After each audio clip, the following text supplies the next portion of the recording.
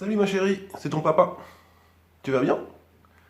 Bah moi écoute ça va, hein, je suis à la maison, je m'apprête à faire une analyse de film et puis après... Quoi? Comment ça j'habite pas là?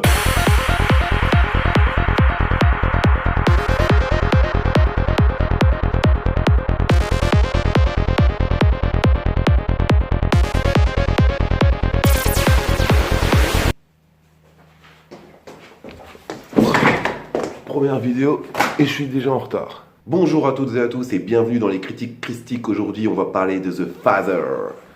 Alors qu'il vieillit et qu'il devient de moins en moins autonome, un octogénaire du nom de Anthony refuse l'aide que tente désespérément de lui apporter sa fille, et vu que la situation se dégrade, il commence à douter de ses proches, de sa fille, de son propre esprit, mais aussi de ce qui est réel et de ce qui ne l'est pas. The Father de Florian Zeller est une adaptation d'une de ses pièces, la septième en l'occurrence, qui se joua de 2012 à 2014 et qui a remporté 2 Molières, notamment grâce à la splendide interprétation de son rôle principal, j'ai nommé Robert Hirsch dans le rôle du père. Mais là, on va parler de The Father du même Florian Zeller, récemment oscarisé comme son rôle principal. Attention, Sir Anthony Hopkins, et oui, c'est lui, le gars est fort. Il a carrément cassé le game avec sa sublime interprétation du rôle du père, et là, je suis sans voix. Donc on ne le présente plus, hein. Il est connu pour notamment des rôles très poignants, par exemple, je pense à Mission Impossible 2 de John Woo, ou Le Silence des Agneaux? Connais pas. Mais on retrouve aussi dans le rôle de sa fille Olivia Colman qui joue d'une justesse insolente. On croirait vraiment que c'est sa fille. C'est une actrice qu'on peut retrouver dans un film comme La Favorite par exemple, que je vous recommande, qui était très bien. Et aussi dans la série qui cartonne en ce moment, The Crown, La Couronne. Et elle joue le rôle de Elisabeth II, la reine. Là les amis, on est sur un casting 5 étoiles. Dans les seconds rôles, on peut retrouver aussi Rufus Sewell, Olivia Williams, et oui, 2 Olivia dans le même film, Mark Gatiss et Imogen Poots qui joue aussi le nounou qui va essayer d'aider notre vieux grincheux là, ça va pas être chose aisée. Alors ce que j'ai apprécié dans le film, en dehors du jeu d'acteur impeccable, c'est la mise en scène. C'est une très bonne mise en scène, simpliste mais efficace. On voyage un petit peu, il y a des petits travelling, des plans séquences de caméra pour découvrir un peu l'intérieur de la maison, comme c'est un huis clos, c'est bien de savoir où on met les pieds. En tout cas, on n'est jamais perdu.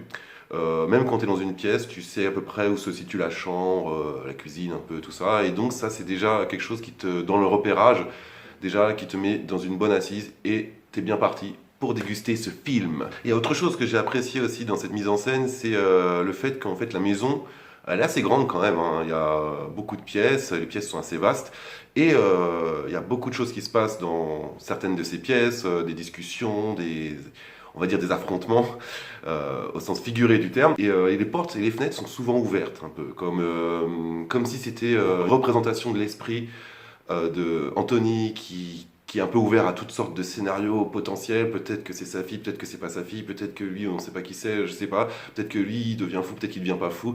Voilà, c'est un peu le champ des possibles, c'est l'ouverture à un peu toutes sortes de scénarios. Il peut pas se verrouiller vers une vérité. Il est sur plusieurs potentielles vérités et c'est ça qui le rend un petit peu.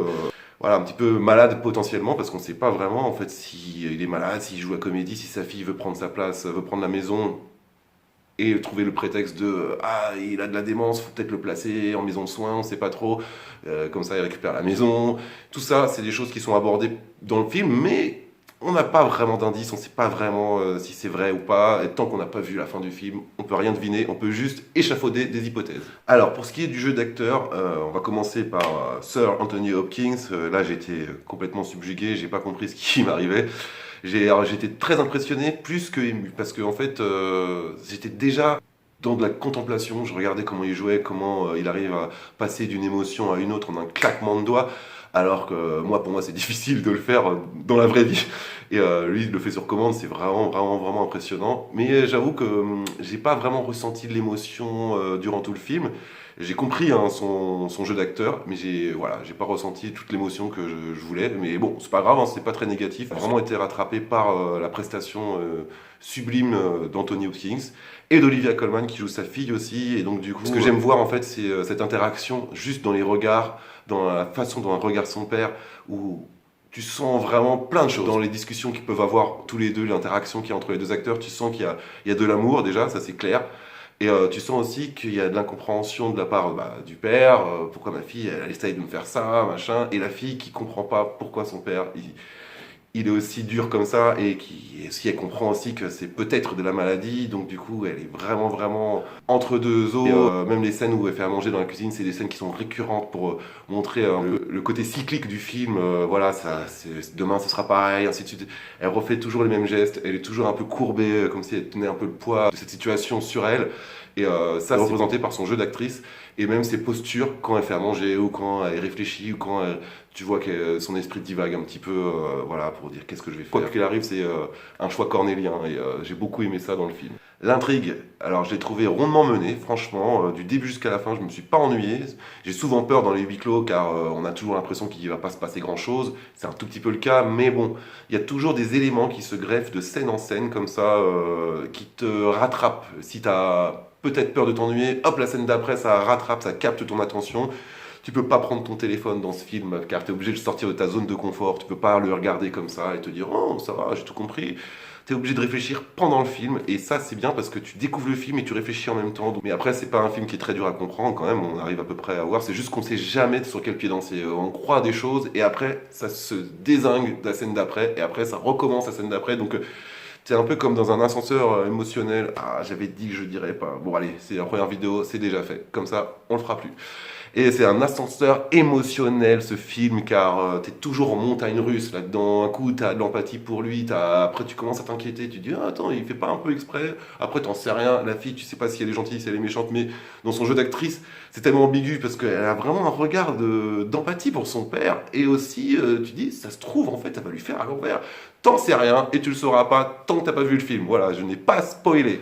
J'aime beaucoup aussi la relation du coup, du père et de la fille car il y a une interaction qui se fait naturelle entre ces deux acteurs et à chaque fois qu'ils ont une conversation, c'est toujours un peu dur, hein, mais, parce qu'ils ont du mal à se comprendre, c'est un peu comme un dialogue de sourds. Ça ne va pas être facile pour Anthony Hopkins aussi, car personne ne le comprend, tout le monde lui dit oui, oui, on va t'aider, oui, oui, t'inquiète, je t'ai déjà dit qu'en fait c'était le matin et c'est le soir en fait. Lui il comprend pas pourquoi tout le monde le prend un peu pour un mec, alors que lui il pourrait très bien s'en sortir tout seul selon lui. Et donc ça l'énerve un petit peu ça. Et c'est ça qui est génial, c'est qu'il peut passer de l'énervement, de la colère, de l'euphorie, de la tristesse comme un enfant. Voilà, il a vraiment vraiment une palette dans ce film qui est très très riche dans juste les émotions qu'il fait passer et puis un petit peu les sentiments aussi qu'il éprouve.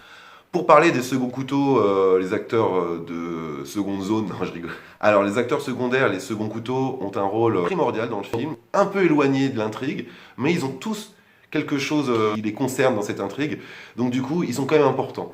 Alors dans ce film, tu n'es pas tenu par la main, mais tu es un petit peu guidé quand même. Hein. Tu sens que tu vas dans des endroits pas qu'on t'impose, mais des endroits subtilement mis comme ça devant toi et tu suis le chemin. C'est super bien fait parce que moi je me suis fait avoir pratiquement de scène en scène. À chaque fois je dis ah je me retrouve là dans le film maintenant. Génial, mais c'est que du plaisir, hein, c'est que du bonheur. Tu as des points de vue vraiment que tu t'attends pas à avoir. C'est-à-dire, normalement, on a un point de vue de spectateur un petit peu lambda. Là, franchement, je dis rien, mais j'aime beaucoup la façon dont on regarde, nous, ce qui se passe. Pour finir, c'est un film que je trouve quand même dur et un peu sombre quand même. Hein. Il n'y a pas énormément d'humour, hein. C'est pas la fête, mais bon, en tout cas, c'est un film qui se joue très bien, qui se regarde très bien. Il n'y a pas de bout de gras. Moi, je l'ai regardé déjà 2 fois. J'ai pas vu le temps passer. Et je le regarderai sûrement une 3e fois parce que je pense qu'il y a des choses qui m'ont échappé, ne serait-ce que dans les arrière-plans, les décors, les choses qui se passent derrière. Le seul peut-être point négatif que je pourrais retenir, c'est j'aime beaucoup, je suis très sensible dans les films, et j'aime beaucoup ressentir les émotions qu'on essaye de m'inculquer en tout cas.